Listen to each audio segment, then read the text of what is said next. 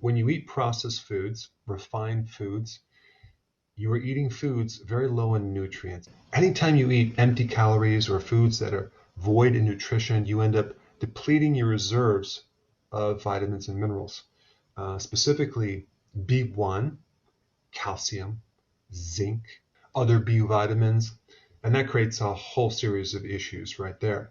Also, when you consume empty calories or refined foods, you don't get any phytonutrients. And so you have a situation where you have no antioxidants and a lot of oxidation, and you have a lot of damage in the body just from oxidation alone from free radical damage. Because these phytonutrients protect, so many things: your heart, the inside layer of your arteries, the kidneys, the eyes, the brain, the nerves. So without those phytonutrients or antioxidants, you tend to get things like peripheral neuropathy, where you get tingling and burning in your toes. You start to have vision problems, kidney problems, heart issues, and the list goes on and on.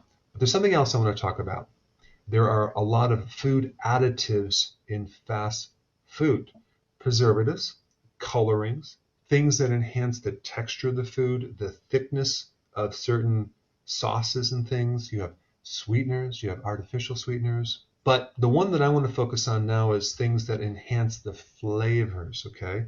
And primarily I'm talking about MSG, monosodium glutamate, also known as modified food starch, which is in so many foods. So why are they putting a flavor enhancer in food in the first place? What are they trying to cover up? If you didn't have MSG in this fast food, what would it really taste like? You probably would be shocked. You probably wouldn't eat it. And as far as the topic of MSG, if you do research on it, you're going to find very wide viewpoints. Some people say it's good, some people say it's bad, and so you have this conflicting viewpoint. You don't know who to believe because you'll see research on both sides. My whole thought on that is that unless you really have firsthand knowledge and you experiment with it yourself or on close friends that you know and you can see the results, you don't really know for sure.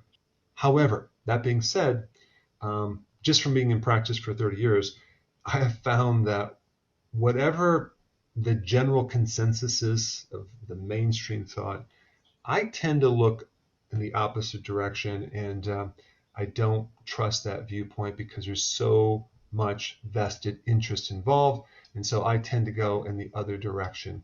But what I will tell you about MSG from personal observation, I don't get the reactions, the allergies, the sensitivities, but what I get is incredible pleasure. It tastes good initially, but then about an hour and a half later, I am starving. So I know for a fact through personal firsthand observation that it increases hunger and it will cause me to keep eating, especially when you go to a Thai restaurant or a Chinese restaurant or just eat like Doritos, for example, which in college I lived on Doritos and a lot of other junk foods. So I have a lot of experience in this area. And I also know it retains fluid because when I consume that food, I'm so thirsty, and then I end up finding that I can't even get my ring off or my ankles get puffy. Now, currently I don't do any MSG. I'm talking about in my early 20s when I had a lot of experience in doing junk foods. And so here's my viewpoint. If you were to cut out fast food for 1 week, you're going to notice your hunger goes away. You'll be able to go from one meal to the next much easier, especially if you're doing keto and intermittent fasting. You're going to notice your cravings are going to drop, which then makes it very easy to stick to a plan. Also, your fluid retention will greatly improve. You'll get rid of a lot of fluid. You'll probably pee a lot more for about 2 weeks. You're going to find your mind is clear. Your cognitive function is much better. You're going to feel like your body is overall cleaner. You're not going to feel so groggy. You're not going to get the brain fog. You're going to have definitely more energy. And then you'll start losing fat, actual fat. But that doesn't happen right away. That's a little bit delayed, 1 or 2 weeks.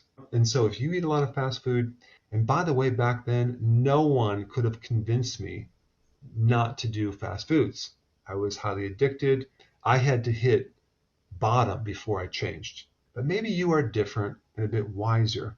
So try to give up fast food just for 1 week to prove it to yourself so you can have firsthand knowledge that it will very much benefit you in many different levels.